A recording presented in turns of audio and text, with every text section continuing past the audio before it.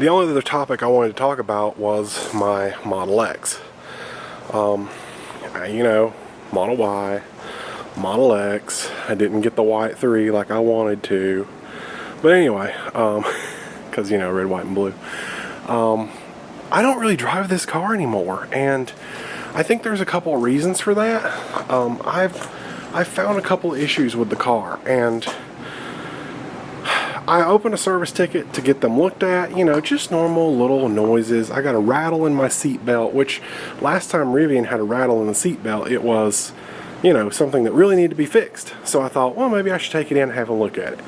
I found the rattle in the seat belt. The driver's door clunks. When you roll the window down, it clunks. Can't really explain it. It's new. I'm afraid it's because of my window tint, but let's see if we can hear it. It did it. I don't know if you could hear it. Let me put the camera down here.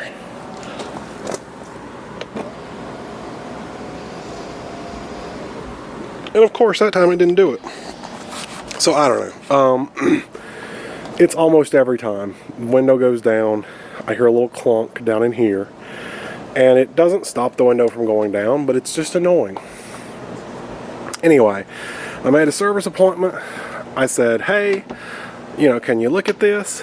And the reply was, clunks and noises are not covered under warranty, and you will be expected to pay for this service. And I'm like, what? The car has 3,000 miles on it. It's still under factory warranty. What do you mean clunks and noises aren't covered? That's within spec? Is that how we're doing things now? You know? I've never had so many problems out of Tesla. And it just seems they're getting worse and worse. So, I don't know. It's a good car. I like the car. I don't drive it a whole lot, but that's just personal preference. I kind of feel like we're getting further and further away from what I originally thought Tesla was.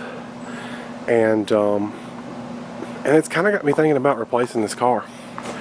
I really liked my Rivian, and I had no problems with my Rivian. And now it is time to order my R1S. It's available, it's ready. I either take it or I cancel it. Those are my options right now. And and it's kind of got me to thinking, do I really need this Model X? I don't know. Welcome to my Rivian account page. I still have the R1T here that I sold, but they didn't remove it from the account. So, but I do have 2 other orders for R1Ss, and this one I've just kind of played with it. I keep changing the color. I change the wheels. I change it to an R1T, and then I'll change it back. So it never has an estimate. It's my play car. And I change it so much because it helps me to see what my price would be at, you know, whatever, because my price is obviously a lot lower than everyone else's price because I ordered back when it was first a thing. But this one is the one that I'm really interested in. This is Rivian Blue. This is the color that I wanted to begin with. And it does have the white interior. I don't know if I can actually scroll through. No, I can scroll through these though. It does have the white interior, you know, exactly like how my truck was. So yeah,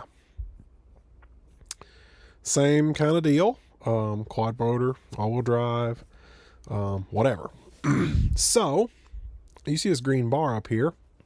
I do have access to the R1 shop, which is kind of a big deal because I can go through and pick exactly what I want. Quad motor. I can choose like the dark and the light wheels and then do the white interior and apply it and put that away. And there are 2. So this one here has front paint protection, whereas the other one does not.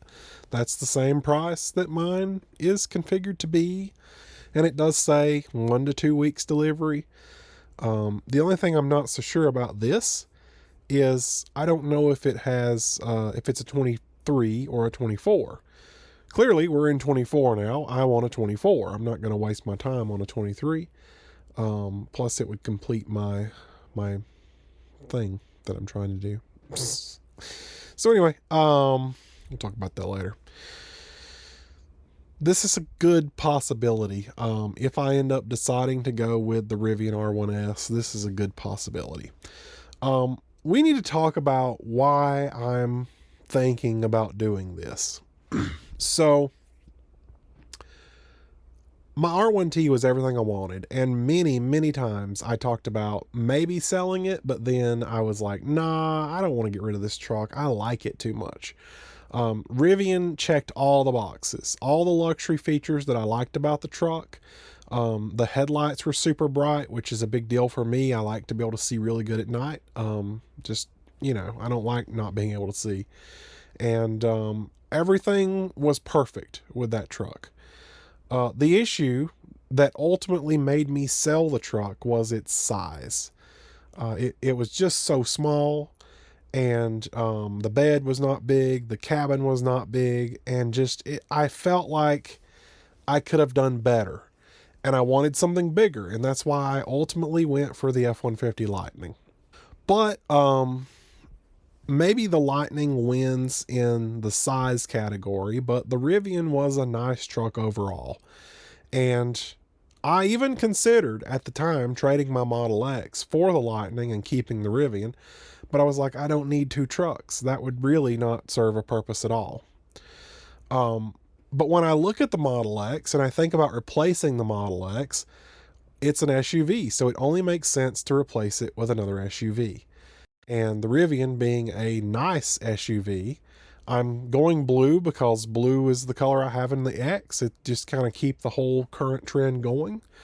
So yeah, that's kind of where I'm at. I think that I will overall be happier with the Rivian than the Model X. The only downside that the Rivian doesn't have that the Model X does have at this point is satellite radio, but that is coming in a new future software update. Rivian is really the only company out there that is as close to Tesla as it gets when it comes to doing out-of-the-box ideas. Rivian does a Halloween update every year. They change the lock sound. They give you a few extra little features, fun little things to do. Tesla has always done stuff like that, and no other company does that. Ford is not going to push an update to my truck to give me a Halloween theme. It's not going to happen, ever. I really like that out-of-the-box thinking with companies, and so yeah. I've already talked to my guide, and they can add a spare tire to this for $450, even though it's like $700 now. But because I ordered early, I can still get it for $450. The issue with that is that will run me over the $80,000 price gap for qualifying for the tax credit. I do want to take advantage of that tax credit while I can, because we're just a few $100s away here, but we can do it. So I may ask him if I can purchase that separately away from the vehicle so that it doesn't interfere with my tax credit. Just for the fun of it, let's go back and build an R1S exactly the same so that you can see it's not 79,800. Is that how much it was? I don't know. Now I'm not even sure. Yep. Oh, I'm okay. No, that's not what I wanted to do. I guess I have to explore it. Yeah, that's what you got to do. All right, so we're doing quad motor all-wheel drive, large pack, because that's the only option. Blue. I do want the 22-inch wheels. And let's just look. See, I don't even like the look of that. I like the extra little brightness of that. So yeah, I'm not about the dark ones. I had the dark ones on my truck, and I liked them, but I think the bright ones will be better in this one. It actually costs extra for white interior. So you're at $99,000 today.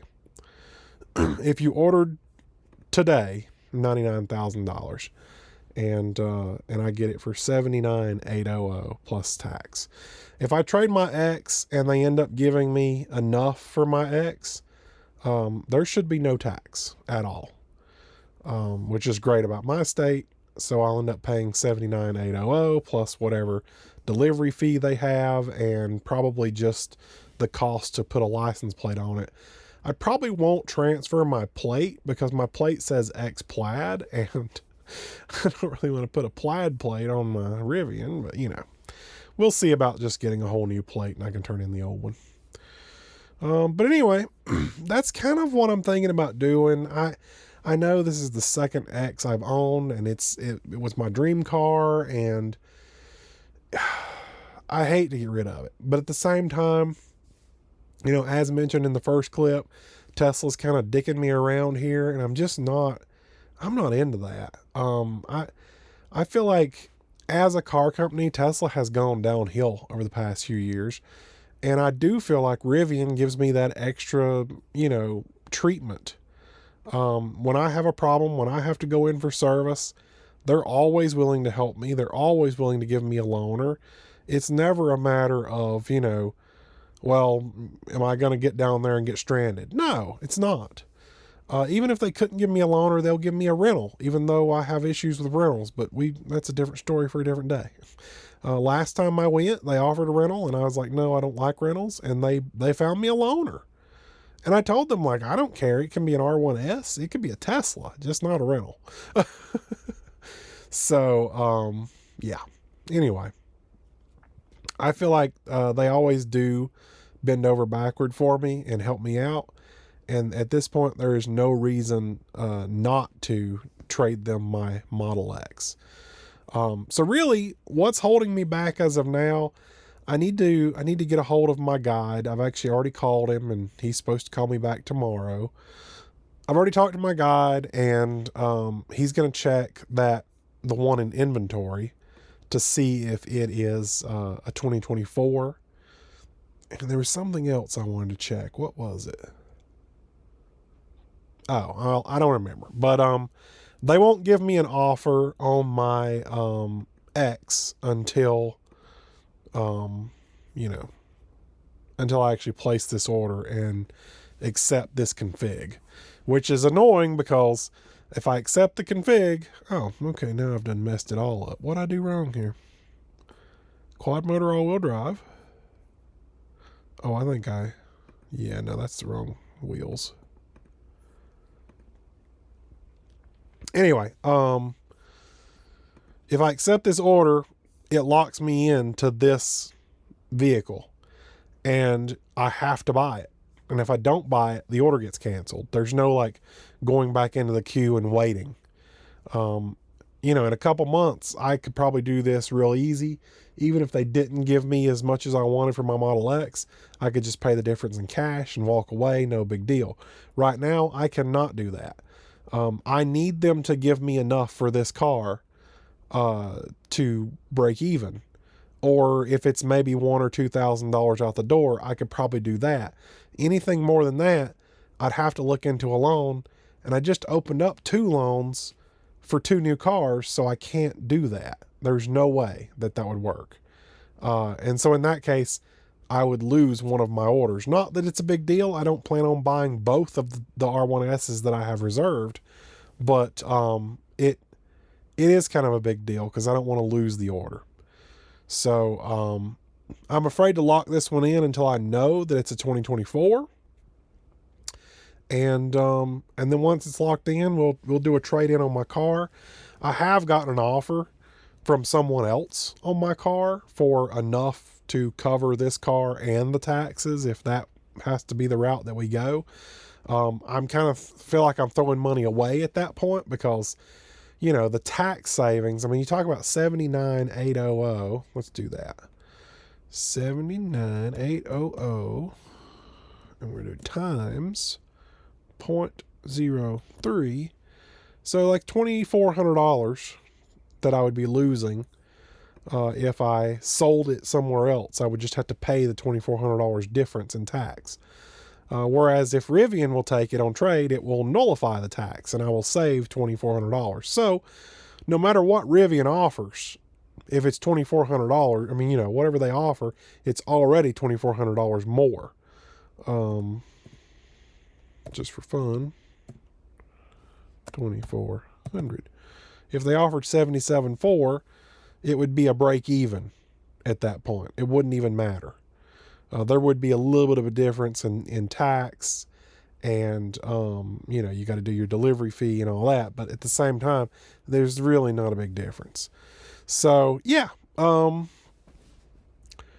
that's just what I'm looking at, and there's no guarantees here, but I think I might go test drive one of these just to see what I think about it, and maybe we can start talking some numbers and see, you know, where we're going to be.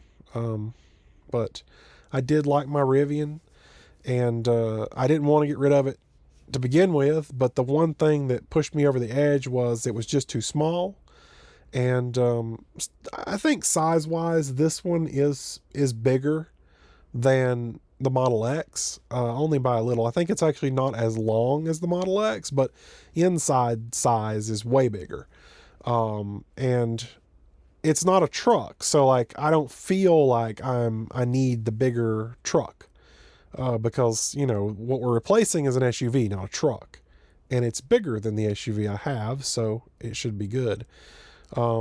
If Tesla superchargers coming into the mix weren't a thing, I might second guess this, because you know, when I bought my Rivian Adventure Network was free, and we had a lot of them, and I was like, this is nice, I can go anywhere I want and charge for free.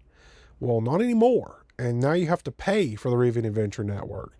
And so now I'm like, you know, it's no better than Tesla. I would just go to a Tesla supercharger, which we know works. So now that Tesla superchargers are opening up for Rivian, that makes me feel a little bit more comfortable about it. That all good, you know. But if that weren't a thing, I may not feel as good about it. So that definitely makes a huge factor into making this as good as a Tesla in my opinion at this point. We'll see what happens. Stay tuned.